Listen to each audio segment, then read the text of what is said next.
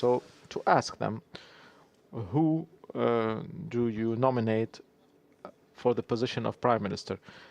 Of course, when you do not have a majority, a clear majority, the result leads to coalitions.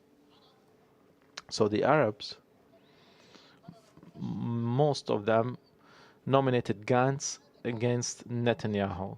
That was unprecedented because, in general, Arab parties used to abstain from nominating any name. So when I used to be asked, I would say, I abstain, I don't have any name, and I would go. It was very easy. So I have no candidate. And you preserve your national identity, your positions, and you carry on. So so one of the main reasons of the normalization of the relations with the Arab countries, so we're saying we are Arab citizens in Israel, and the Arab countries are normalizing. So other countries who are not citizens are normalizing. I think at the moral level, this had a high impact or influence. Some people decided to nominate and to secure some demands. So if we stay outside, we will continue on the lobbying and the protests and the Knesset questions and investigating or interrogating a minister. So you get your rights gradually, step by step. But here, this is a bargaining, according to some. It was a bargaining. So we support this person in exchange for. So just like the Jewish parties. Of course, that was a strong miscalculation, not from an ethical, moral perspective. This is actually clear for me. This is important. There is no life without ethics for you, for your children, for the future generation. So we are talking about an ethical issue relating to the Palestinian identity and the alliance with the colonial settlement. It was a schizophrenic attitude, and this distorts your image and the society. So we're talking about an ethical issue. And then, pragmatically speaking, it had no foundation. They would not accept, not at all, anything that affects the Jewish nature of the state. You are an alien. In my analysis, actually, in one of my books, in the first definition, the most important law that Ben Gurion pushed forward at the level of the Knesset is the citizenship law. There's two forms of citizens in Israel, and I have a long analysis about it. The first one is every Jewish person in the world.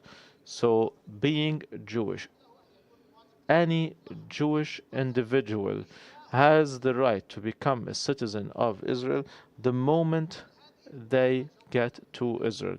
This is the core value of the state of Israel. What else do you need? So, in order to define apartheid, what else can I say? Some other citizens accidentally uh, became here. So, of course, people who remained despite our efforts. So, some people remained here. They have the right to citizenship. But that was not the purpose of the state. The objective of the state is to give citizenship to every Jewish in the world, and of course protection. So this is why I talked about the core and contingent citizenship. So this, in the second category, we have the Arab Israelis. And when five Arab MPs were used to vote for Oslo, and actually for a specific settlement that was to define the fate of Oslo. So he was killed, and the nature of the state did not change, and Netanyahu won the elections. And this time, when they relied on them in the elections, the next elections, the party got 0 votes, and Netanyahu was elected.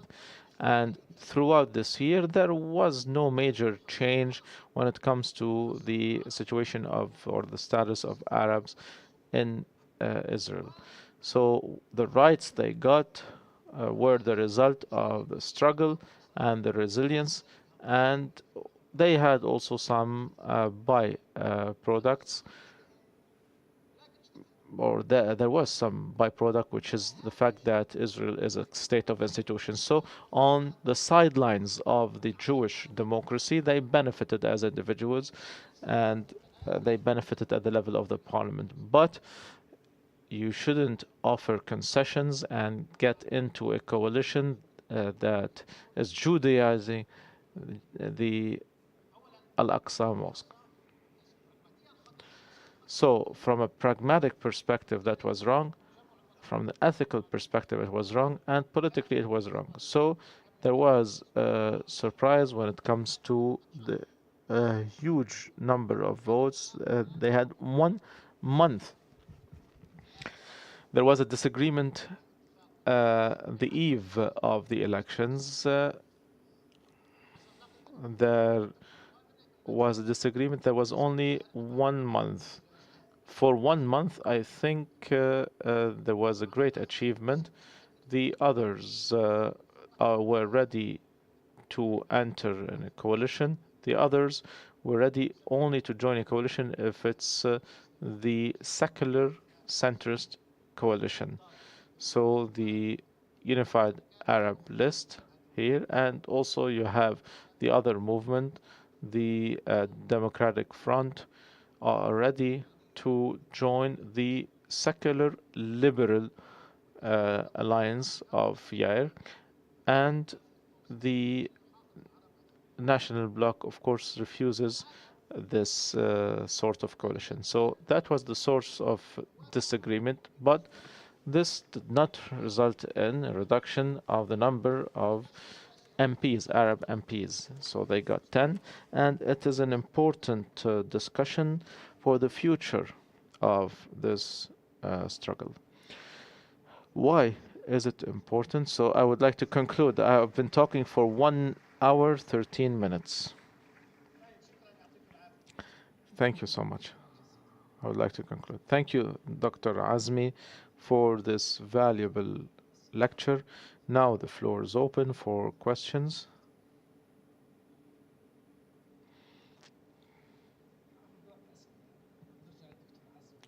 So we'll have 1 round of questions, and then Dr. Azmi will answer. Dr. Hassan, thank you, Dr. Azmi, for this valuable lecture. I have a question relating to the introduction when you talked about the decision of Ben Gurion to have a state, a centralized state, the definition of the state, the control of the state, the official policy that was adopted. The divisions, the internal divisions were controlled.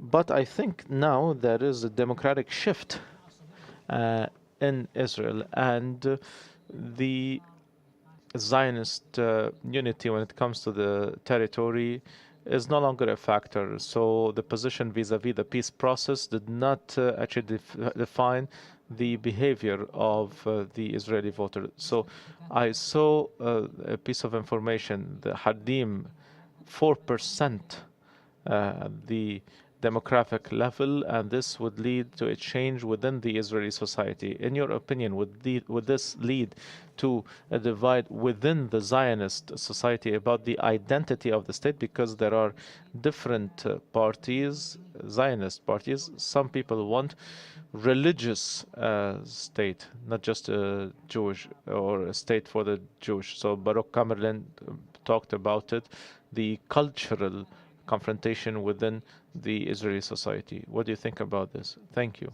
Thank you, Dr. Hassan.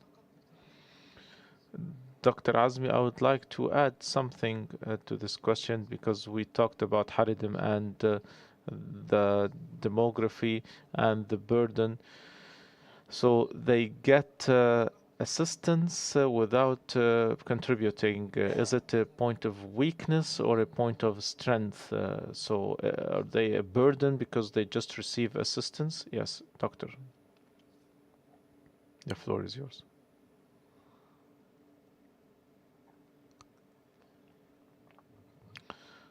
Good evening. Thank you for this valuable lecture.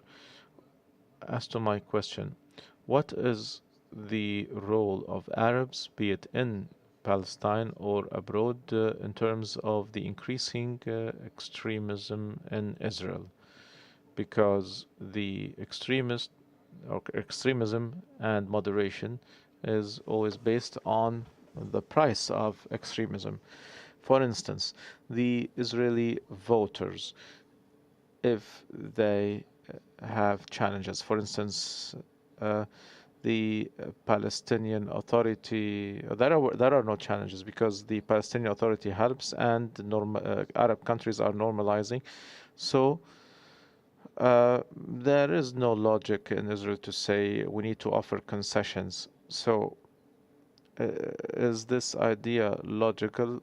So would this lead to extremist behavior or attitude because the moderates do not have a say? Mr. Anas?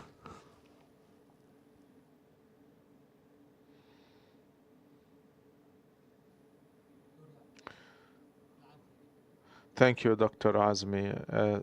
My question is regarding the seats of the Arabs in the previous elections. It was the same, but why did other blocs not lose, but the assembly lost? Dr. Saud? The votes, could we understand where did they come from regarding the Arab votes? So they came from some other place. What about, so we're talking about 140,000 approximately. This is the last question, and then Dr. Azmi answers. شكرا جزيلا دكتور على هذا العرض. سعادة سفير جنوب أفريقيا، لاحظت في عرضكم أشرتم إلى نقطة مرتبطة بقوة and it's a growing economy, and it's also high tech and security centered. Does that necessarily mean that movements like the BDS and that which are populist movements would have less of an impact as compared to the Boycott South Africa campaign that took place against the apartheid regime? Thank you. شكرا دكتور. حنجاوب على الأسئلة هذول. مقارنة مع مقاطعة نظام الأبرتايد في جنوب أفريقيا. First of all, regarding the question of Dr. Hassan, of course, the first topic was actually a comment regarding Ben Gurion. Yeah, so it wasn't a question at the beginning. Well, when it comes to the demography and the Haredim, yes, just like Dr. Marwan added, yes, there is a change. Of course, there's a change. For instance, Jerusalem, the nature of Jerusalem changed. That they are a key component of the society in Jerusalem. It's completely different than Tel Aviv, for instance. The religious aspect of the city is obvious in Jerusalem. Now they are trying to direct them to mixed cities. For instance, Akka, one of the cities, is originally an Arab city, and also this is the city of Ahmad al-Shukari. So this is an Arab city, and now as a result of the change that happened at the demographic level, there is a threat for them that this would become an Arab city once again. So they send them, they direct them to these cities in order for them to affect the demography of these cities. So, of course, this will gradually change the country. From a political and economic perspective, are they a point of weakness? Yes, especially that they have become active when it comes to the political life. So now they are involved in the politics relating to different or all the Israeli society. So they're talking about halal, haram, what's allowed and what's not allowed. Also, the Shabbat, Saturday laws or rules.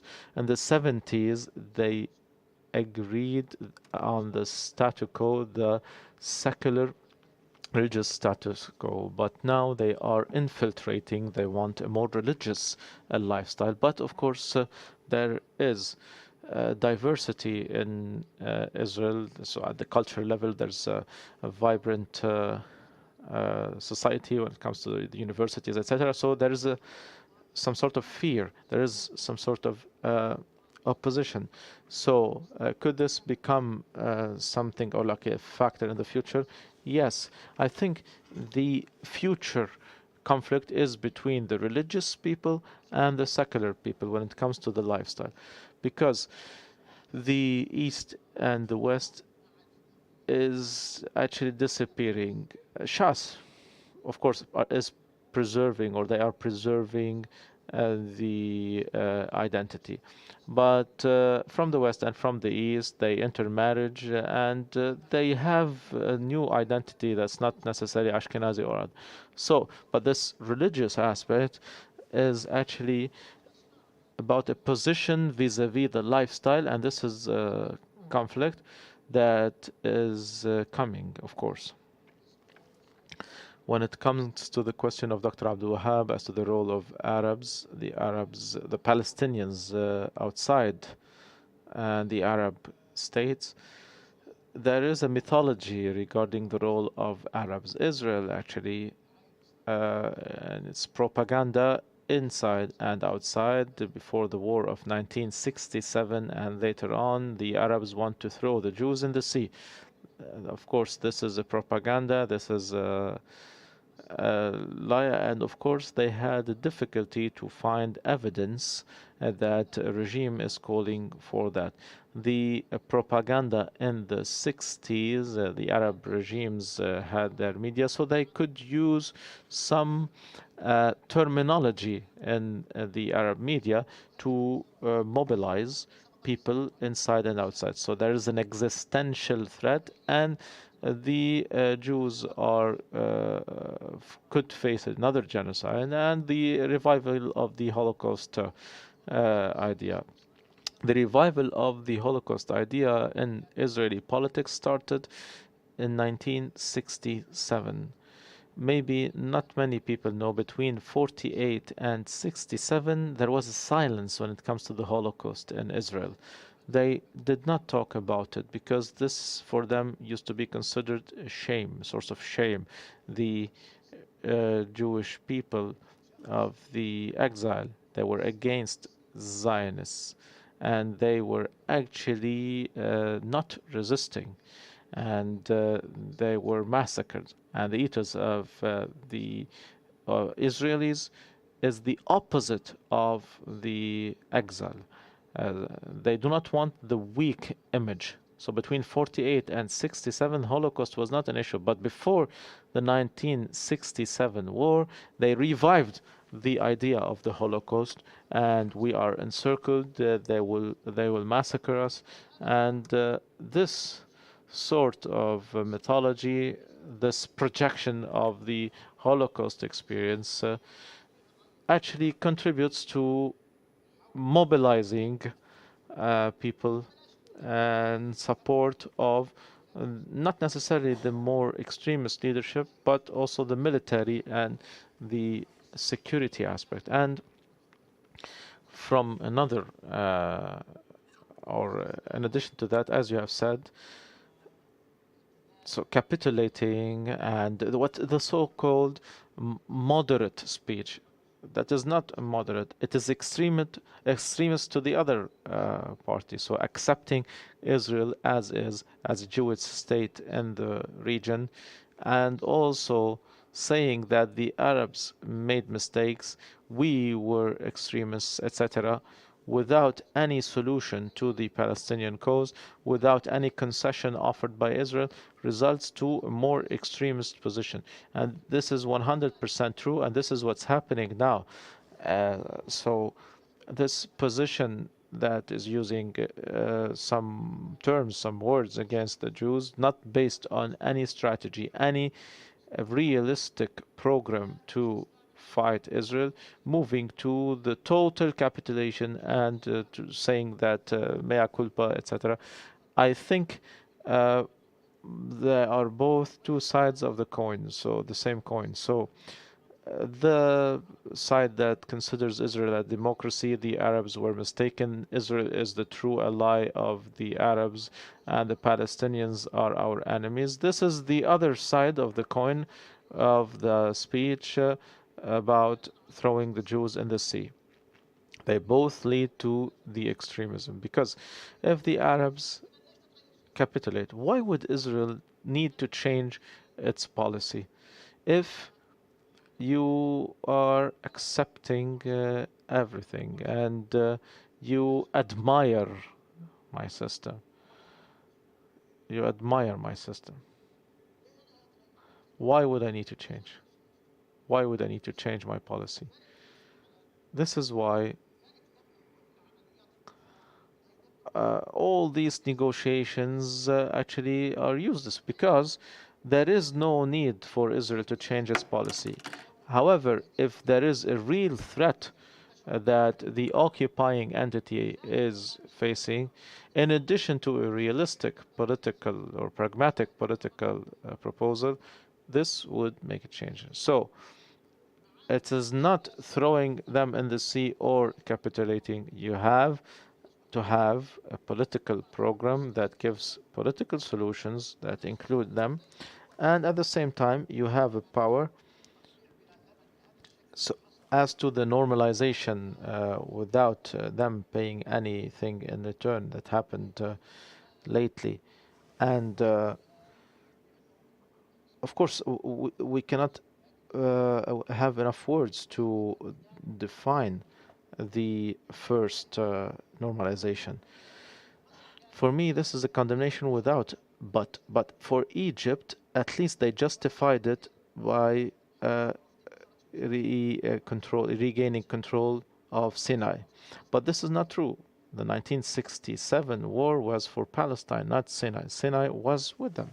So now, despite that, they had something to say, they had something to offer. Afterwards, the question is, normalizing in exchange for what? There are no words to describe this, in my opinion. And look at the results in the first list. The right is becoming more extremist, more arrogant. Yes, more arrogant and more extreme. So I think that this pattern of moderate speech increases the extremism of Israel. Of course, the problem is that some people are marketing it, are promoting it as if this is beneficial to the Palestinian cause. Why do they say it? I don't know. There is absolutely no relation. You have other objectives that have nothing to do with Palestine, and the damage is done. The damage is done to the Palestinian cause. The settlements are increasing in an unprecedented way in the last year. Even the Palestinian Authority is encircled. They reject talking with them. The wars against Gaza are ongoing, and there is no positive result, just negative results. Israel is accepted now in the region as part of the different axes in the region. So we agree on this, Dr. Abdul Wahab. As to whether this is logical, no, this is not logical. I agree with you. There is actually an opposite logic. A coalition or an alliance with the bad Israel that we know. So I used to say this is an alliance and not a normalization. As to the question of Mr. Anas, there were several reasons, but of course, historically was the smallest and the youngest party among the coalition. But there was an element of surprise. So the alliance was broken before the announcement of the list. And one party cannot win. Why would I give them my vote? This could have been a logic, but I think uh, maybe they are the strongest party alone without being in an alliance. This is something that could be built upon, and this is linked with the question of Dr. Saud regarding the foundation. Of course, people, main voters, are voters who used to boycott the elections for national reasons, for different reasons. The Social Foundation, this is a national party with a diverse the diversity of supporters. If you examine the uh, demographic map of the Arabs in Israel, you would see that the distribution of the votes, maybe the Bedouin areas, the tribal areas, the clans areas, and the south of Palestine, and some places in the north, they were the weakest. But in other places, the main urban conglomerations, they came first or second. So I expect that they were the first among the youth. So of course we cannot know the figures, and this is my projection. And in my opinion, if there's any survey, I think they are the main power among the youth. Of course, there are other people who do not vote, and if they vote, they would vote in favor of them. But among the youth, they are the first, and I think they have a good future if they organize their ranks. It is difficult for them. The Northern Islamic movement, they have zakat committees, they have mosques, but they do not have this. It is a national movement, so they need to do something differently. So if they know how to organize their ranks, the future is theirs. But we need to know that a government with these extremist parties is going to make their life difficult. They need to be wise, and we cannot talk about all these things now.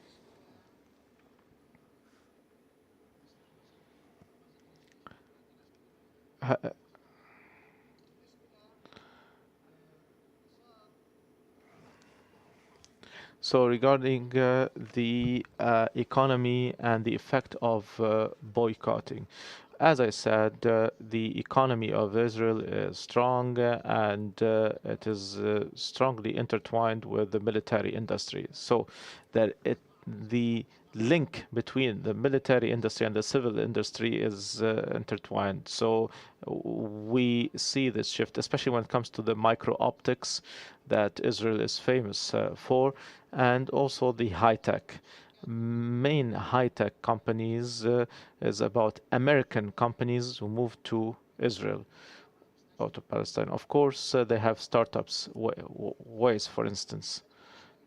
So some Israeli startups were successful. However, Intel, Google, mega corporations moved to Israel. So there's a major support by US corporations to Israel. So the military economy receives the support from the multinationals in their work in Palestine.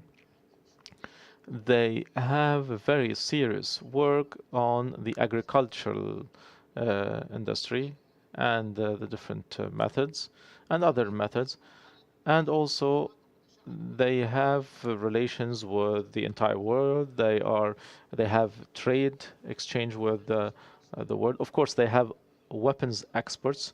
We don't see them, so they don't have a special category. They talk about equipment. They talk about advanced. They talk about services sometimes, but we're talking about military exports in reality. As to the boycotting, I think the boycotting in principle is a moral or movement. I think, or ethical position. I think the harm is very limited. In South Africa, boycotting became impactful when countries joined this movement, especially the West, Western Europe, and the United States. But at least Africa had boycotting. There was an international boycotting of South Africa. The popular boycotting was ethical when it comes to the mobilizing against the apartheid, but it was not decisive when it comes to the reforms, etc. The official boycotting led to this result. In the case of Israel, it is the opposite. The Arab boycotting is broken. The Arab countries, many Arab boycotting, many Arab countries are no longer boycotting Israel. And of course, as you know, the relations between Israel and the West are ongoing. So does it mean that the BDS or other boycotting movements are not important? No, they are important because when it comes to the global public opinion, Israel does not want to be categorized as apartheid state. Israel does not want to be under this category. So this is important for Israel, like the youth, the intellectuals, universities in the world. They do not want to be perceived as apartheid regime. Israel considers itself the only democracy in the Middle East. This is the first thing. The second thing is that the Palestinian cause needs to be remains alive, and this is very disturbing for them. The BDS movement is important, but we need to manage our expectations. So economically, it's not going to defeat Israel, but it is important to point to Israel and say this is an apartheid regime, and this might lay the foundation for future confrontation. But this is important. Of course, Israel did not start as an apartheid. They did not use this slogan, but it is beneficial to use this slogan because I think that the structure of the Israeli entity is becoming more and more an apartheid structure. Thank you. Thank you. We'll take a second round of questions. Dr. Muldi, then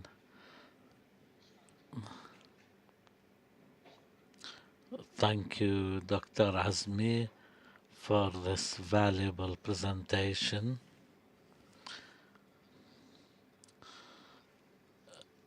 I will be speaking from the point of view of a non-specialist person, not the other way around. The presentation depicted Israel as a very solid entity, very advanced economically. It's modern and invests in knowledge and not isolated from the rest of the world, and also advancing towards mixing religious nationalism with nationalism. There is no questions about the state and its legitimacy, only on resources and the Palestinian question. So what are the weak points then when we describe an enemy from the point of view of resistance? Then the resistance should seek the points of weakness. Thank you. Thank you for the question.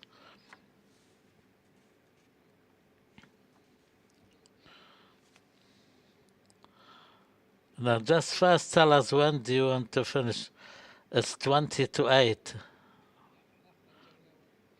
We'll take this round and see. Hello. My question is...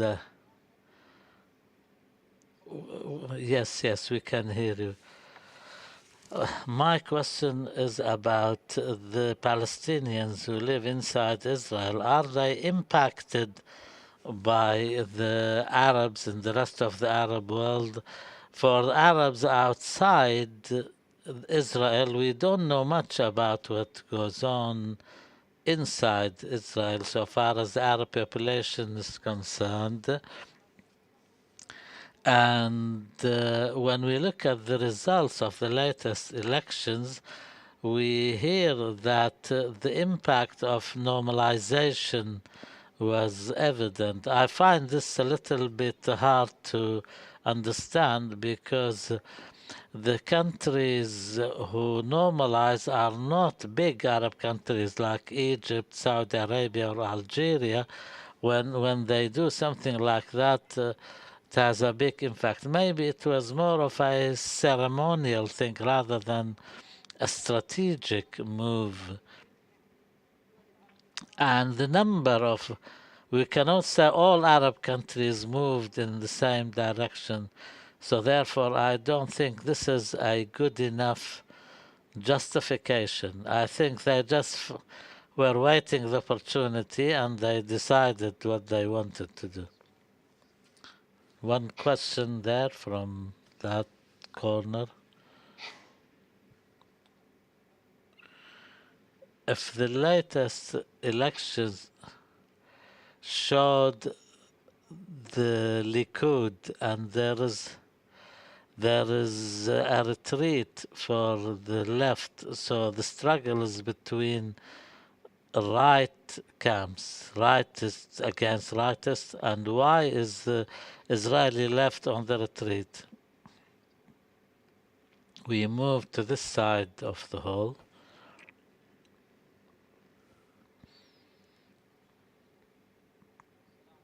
Assalamu alaikum. Thank you, Doctor, for this presentation. My question is about the right. Is it in the center? Is it on the peripherals, on the margins? And where are the radical ideas? Are they still in the center or where are they? Thank you.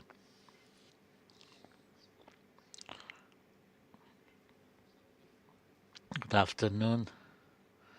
My question may be outside the scope of Israeli elections, but about the Indian presence in Israel and its impact on the social, political, and economic scene in the long run, especially in view of a strategic partnership between Israel and India.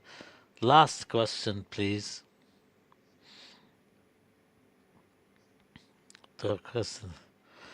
Thank you, Doctor. My question is, will the return of a Netanyahu government will mean that the collapse of the Algeria agreement, the return of a Netanyahu government will mean more security collaboration and the collapse of the Palestinian reconciliation agreement in Algiers? Let's take one question.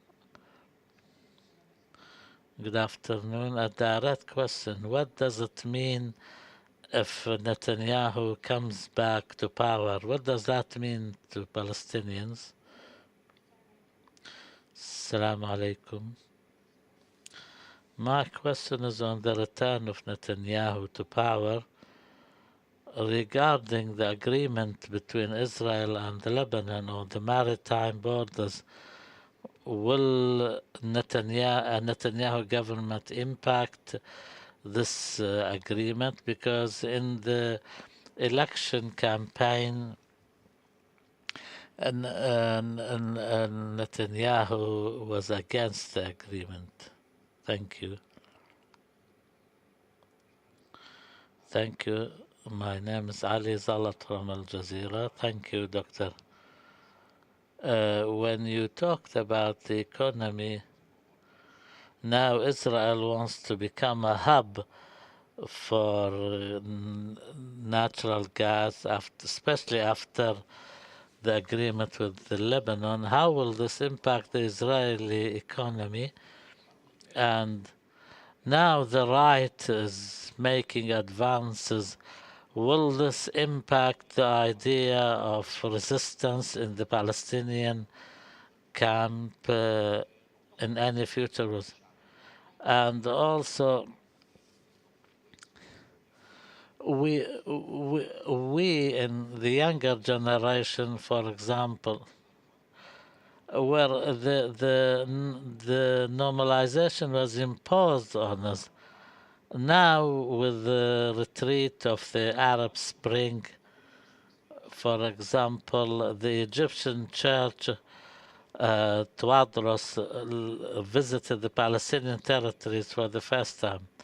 And finally, the Palestinian youth and their participation in Israeli elections, and for example, what happened to the Al Kurd family in Sheikh Jarrah and others. So, what will be the future of the Palestinian youth? Thank you very much. Let us now. You have 10 questions. I still have social media questions.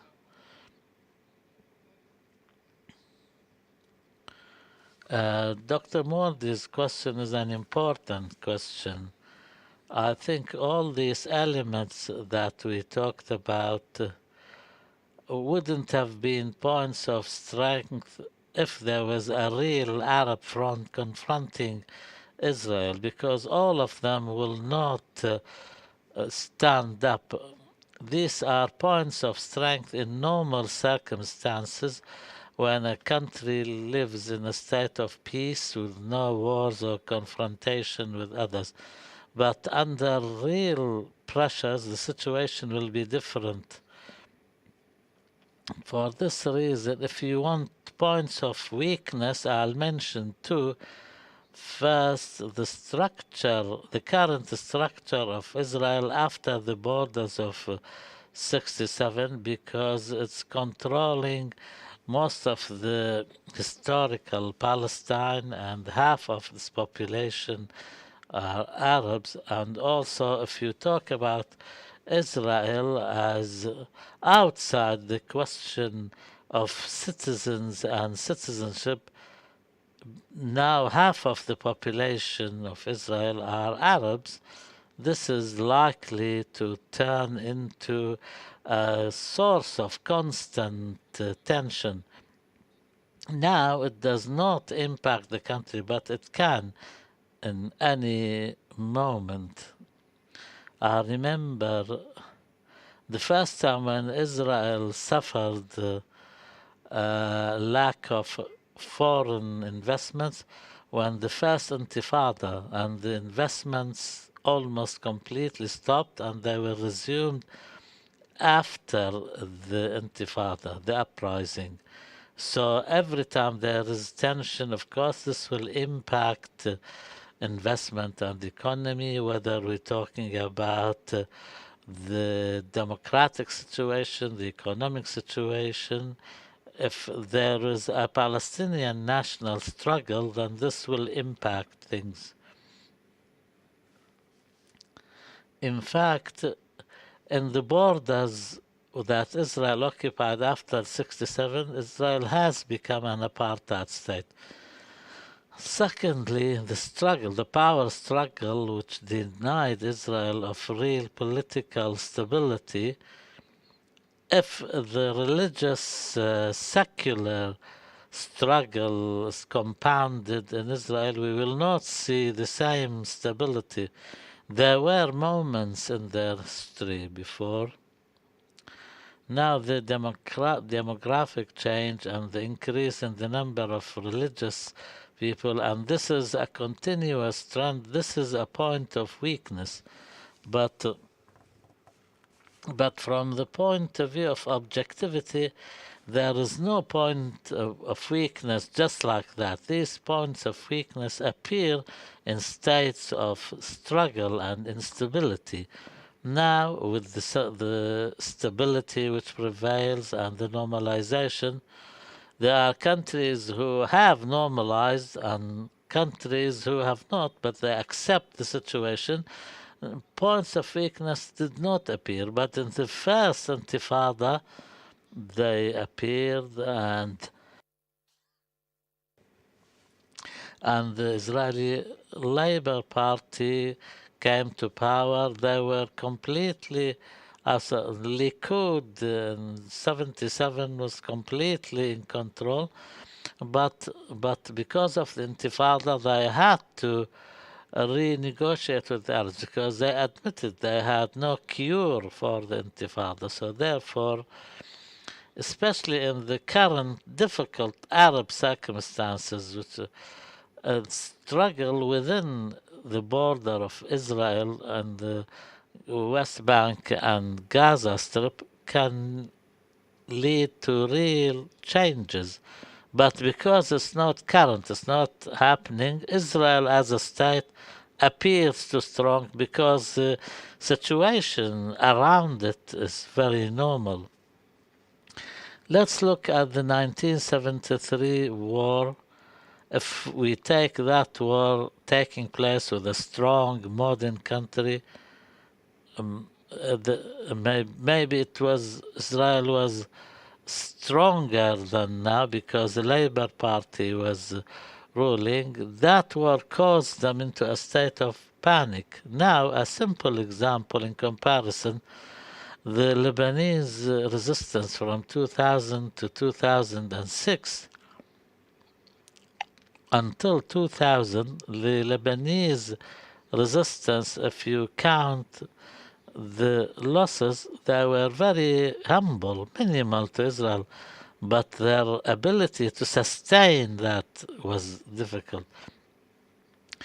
From you remember the 77, 78, which the Lebanese, the South Lebanese army was formed. Then 1982, the Israeli invasion. Then Israel's withdrawal from Lebanon without a peace agreement. This is very important because there were demonstrations. They simply could not sustain the casualties. What appeared in the beginning as strong, that was a static thing. When the dynamics of the struggle began to appear, the situation has changed. And also the Oslo Agreement, the Israeli capital entirely rallied around Rabin because the first Intifada really impacted the economy. I think if you look at the tables again, from Oslo onwards, there was a leap in Israeli rates of growth. So if you take Israel as a static situation, Israel appears very strong. But it's all linked to struggle and resistance and other factors. I thank you for your question because some people may think what I'm saying is we are hopeless. I mean, if you look at the Vietnam versus the United States or Algeria versus France, looking at the static picture, you'll think there is no hope. But once you start your struggle, then cracks start appearing in the enemy's lines. As for the question on being impacted by the Arab situation, any reality is complex. In the case of the Palestinians inside Israel, it's even more complicated because living under Israeli law, Israeli society, Israeli economy, and at the same time having a sort of a loyalty to the Arab nation and Arab nationalism. In sociology, social psychology, and other studies would reveal that this is a very complex situation. How can you be an Israeli citizen demanding your rights, and deep down you know you are an Arab? Like for the funeral of Jamal Abdel Nasser, all of the Palestinians came out in support. When the war on Iraq started, they all went out to the street, but of course, on the day they feel very agitated, very emotional, but the following day they go back to the normality of everyday life and the impact of Israeli law, Israeli economy, etc. This will take a long time. We don't have time for that now, but there are there are some Arabs who join Zionist parties, similar to Arabs in other countries, Arab countries who side with the government in authority because they want their interests, they want to gain something, and of course, there are many even sayings and in our folklore and you can find many things like things like don't bite the hand that feeds you, or an alive coward is better than a dead hero, or something. There are lots of things people can resort to justify that. Of course, there was, on the other hand, there were attempts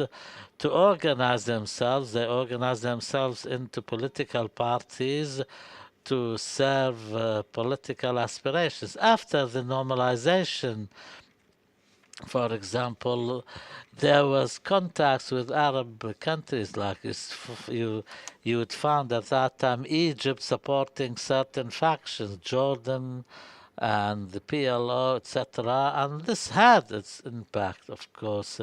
You cannot say that, in fact, since the PLO started focusing directly on the Palestinians inside Israel, this had an impact, undoubtedly. I want to be very cautious. I don't want to mix things, but if I have the ability to think pragmatically, to join government coalitions and they set the Palestinian question, the Palestinian cause aside, because the people pressurize these parties. They say you're joining the Knesset to do what? What about our rights? And we're talking about large sections of society. So why they can say, why don't I leave the Palestinian cause aside? Leave it to the people who own it. We are living in Israel. Although this may sound opportunistic, and if there is, of course, if there is Arab countries normalizing with Israel, such ideas become more acceptable and more justifiable in the eyes of the people. Of course, there are those who are weak inside because sometimes some Arab countries opening their doors to these people. Of course, when they shut their doors closed in the face of some Palestinians and open it, to others, then can encourage people. Of course, this led to many negative things inside Palestine and outside it. There was a question from Al Jazeera. I think he was the last one who asked the question. Uh, at the level of Arab people, the Arab peoples are not normalizing whether Egypt or Jordan. What we're talking about here, the regimes and their official propaganda organs, state-controlled media. The peoples, by and large, have not accepted the idea of normalization. Also, the Israeli left is on the retreat now. Historically, that happens for two reasons. Secondly, for the oppressive and aggressive right-wing policies which empower the rightists and weaken the leftists. But there are also social reasons. It was the left, or more specifically, the Zionist left, which established Israel, and they started with the Istadrot labor movements and syndicates, etc., and the agricultural communities. This sector in the Israeli economy, from a demographic point of view, is not that strong. Now, all the agricultural settler communities have not been that strong, and after privatization also they lost a lot of their impact, and the Israeli economy is not based on the proletariat as it was in the past, which used to sort of look after parties like the Labour Party. And the biggest, there was a Liberal Party which completely disappeared. It was around in 1670s. It was reliant on the middle classes. Now the middle classes now are who inherited the Zionist left, and so this socio-economic factor has led to the demise of the left. Also, the policies by the left, which is their policies, in fact, were rightist policies. How can you be a leftist when you use biblical things like we should not give any concessions on Jerusalem for religious reasons, or on Judea and Samaria for religious reasons? The Labour Party in the when in 1967 Israel occupied they did not use Judea and Samaria. They called it the areas under control or managed areas. But with the passage of time, the religious discourse found itself into their discourse, and so on and so forth. So the religious nationalist extremism led to the demise of the left and the rise of the right wing. I think I answered the point on the center and the peripherals. About India, yes, it's outside the scope of this lecture. I don't have figures, but from the day the Janata Party came to power, a strong relationship started. They, in fact, started. India was a natural ally of the Palestinians when the days of the non-alignment movement, and Yasser Arafat was a celebrated guest in India. And India was a major power in the non-alignment movement, and the government in India was above factionalism and sectarianism. So the Palestinian cause was above the religious aspect, and the Palestinian cause and Palestinian figures were welcomed. But this current party, which relying on the Hindu nationalist religious trends and the rise of the Palestinian Islamist movements. So, so every party who wants to use the Palestinian cause against their government, or it was easier for them to attack the Palestinian cause on the pretext that this is a religious cause. So it's more normal for Hindus to ally themselves with the Israelis rather than Muslims. For example,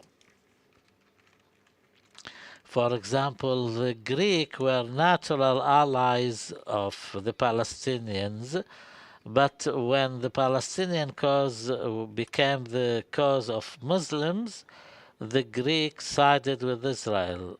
I think now the relationship between India and Israel has gone beyond all of that, and the problem is now there is an alliance which really incites hatred against Islam and Muslims, and also there is real cooperation now in industry and at the military level and others. I think the Janata Party now, in all, is really taking a reactionary stance in all major cases in the world. And when we, from our point of view as Arabs and Palestinians, we look at that when, but for them, the because there was a secularist party ruling India. Now it's a religious party. It's a Hindu party. So before that, it was the Indian National Congress, which was a national liberation movement, and they looked at Hindus and Muslims equally, and India's positions vis-à-vis all Arab causes was positive. Now it's different. India, we can it can take us a long time if we want to talk about things. It's an important about the alignment, the maritime borders.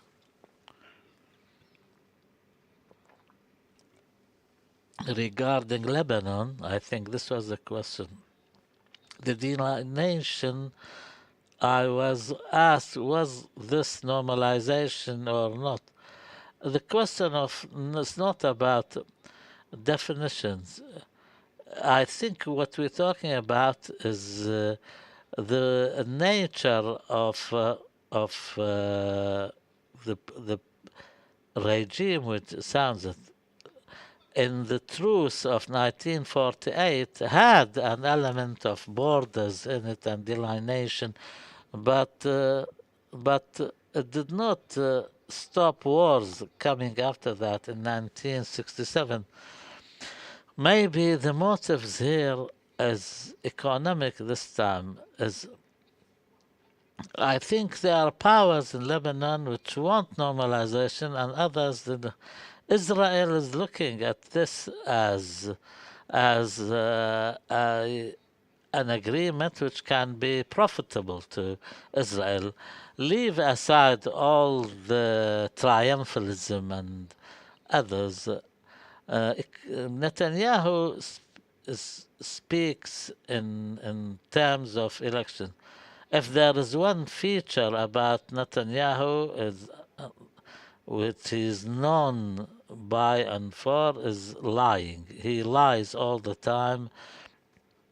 He said he will, when he comes to power, he will abolish this agreement. Of course, this is nonsense.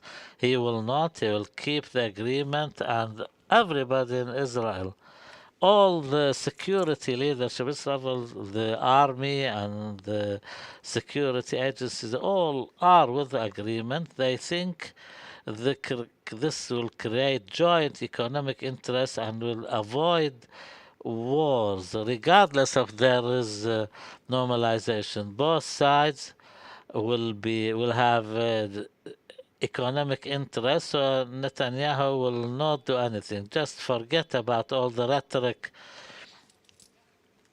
if he finds allies in his coalition who are willing to negotiate with the PLO, he would do that, and Hamas even. But this will be dependent on the coalition partners he eventually gets into an agreement with.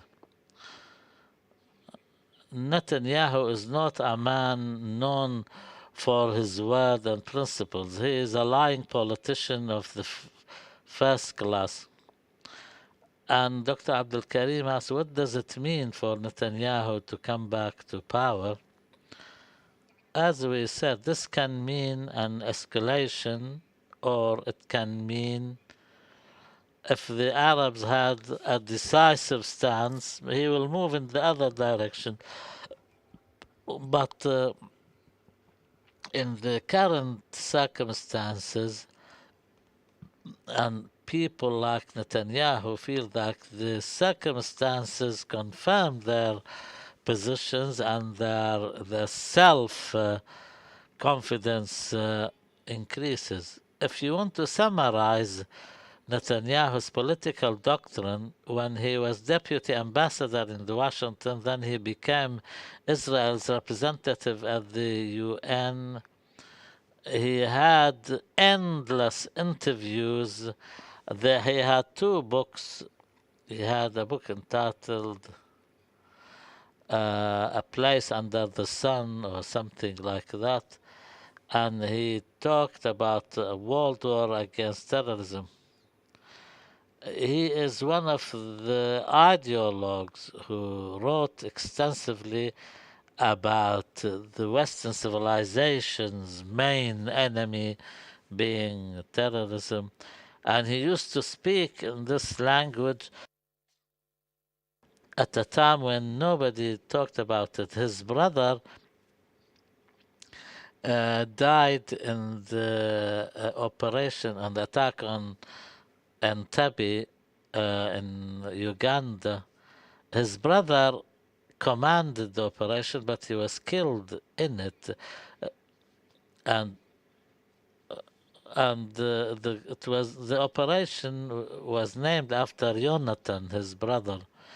So he and his family used the name of his brother to establish an international organization against terrorism. For this reason, he says the main enemy of the Western civilization, of course, after 9/11, he became the number one guest on his books, bestsellers. Secondly, the main thing is not what Arabs can do. The question for them is the strength of Israel. If Israel is strong enough, the Arab would acquiesce to that. And he feels that Israel is strong and Israel can dictate its terms, and he was true and right. Like he says, I told you so. And this is first, but if the Arabs are willing to give concessions without anything in return, so why not? And he thinks if Israel continues, the rest of the Arabs. Having said that, I remind you that on the eve of his election and the Arab Spring in 2011, he was in negotiations with the Bashar al-Assad regime, and he was willing to give concessions on the Golan Heights. Hof, the American mediator, and also Turkey was the mediator before that between him and Bashar al-Assad. But when the Arab Spring started, he wrote a book about this. Let's stop everything, they decided, until we understand what the future of these regimes will be. But this man used to think that despite all of this, that peace with the Arabs or with the Syrians was a worthwhile undertaking. And until 1996, Israel was not ready